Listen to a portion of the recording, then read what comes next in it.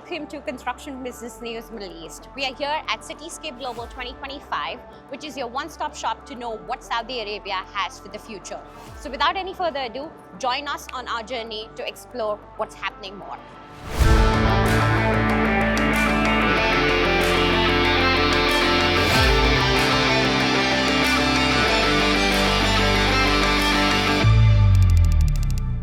Hello, Andy.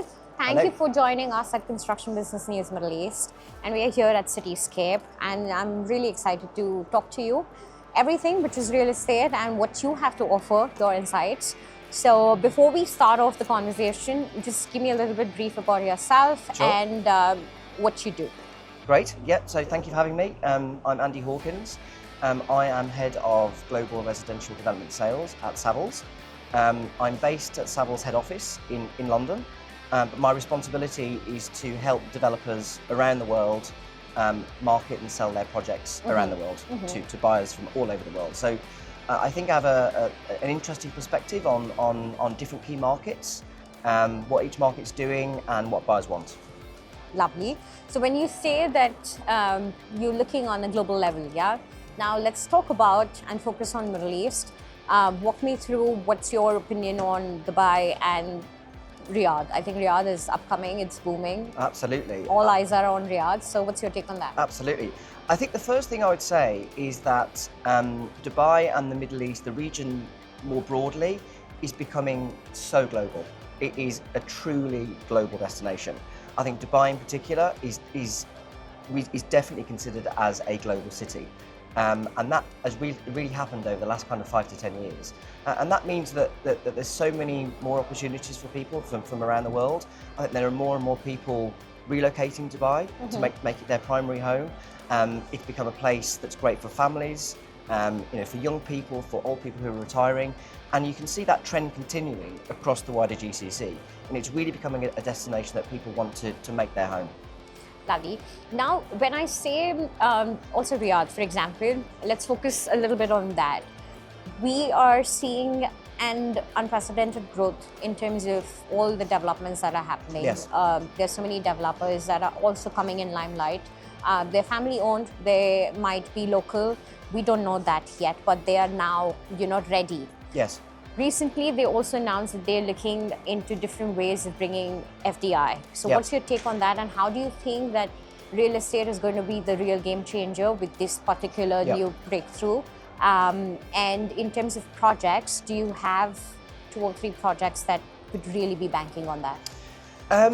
Interesting. I think certainly for Saudi in particular, a lot of the developments that we're involved in, the projects that we're involved in at the moment, is very much at the advisory stage. So working alongside a lot of the larger scale developers to help them really define the product and to make sure it's the right thing for their target market. And I think that's a really interesting point in itself, in that a lot of the people in Saudi, a lot of the developers in Saudi are really taking their time to understand what's good, what's not so good, and making sure that they are providing product in the right way. And I think they've learned a lot from other markets in the region and other markets around the world to ensure that when things do start opening up, maybe in the first half of next year, they're ready and providing the right product for a slightly more global audience. Interesting. Now, again, you're coming from London. Yeah. We have also witnessed that you're going to see a lot of regional developers opening their sales centers in London because they want to target audience there. Have you seen any particular trend? Look, I think London is one of the original truly global cities, and I think the other thing that's interesting about London in the UK is that people in the UK are obsessed by property. They love investing in property. They love buying property, they love owning property. So I can really understand why developers in this part of the world want to make sure they've got a presence there. But interestingly, there are lots of people from this part of the world that love to spend the summer in London. They love to go shopping, they love Harrods, and I think it's a great place for developers here to meet people there as well and to make sure that they are getting their message across. But do you think you really have the buying sentiment there, and people are actually just from your opinion, I'm asking?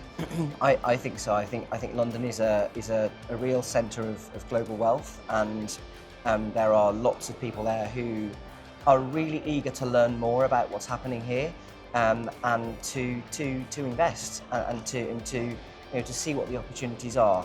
I think just being at Cityscape this year, I've been coming to Cityscape now for 3-4 years, and each time I come, it just blows me away in terms of what's being developed and the ambition and the real quality of what's being created. Lovely. Last question. Yep. We're entering 2026 soon. Do you see anything? What would be your key highlights or things that you think are going to be really moving or shifting? Oh goodness me, that's a good question. I think one of the overarching themes that we're seeing across all markets is buyers are more savvy and more knowledgeable than ever before. I think obviously the internet helps and people kind of are doing their own kind of searches online, but there's so much more information available to buyers than ever before.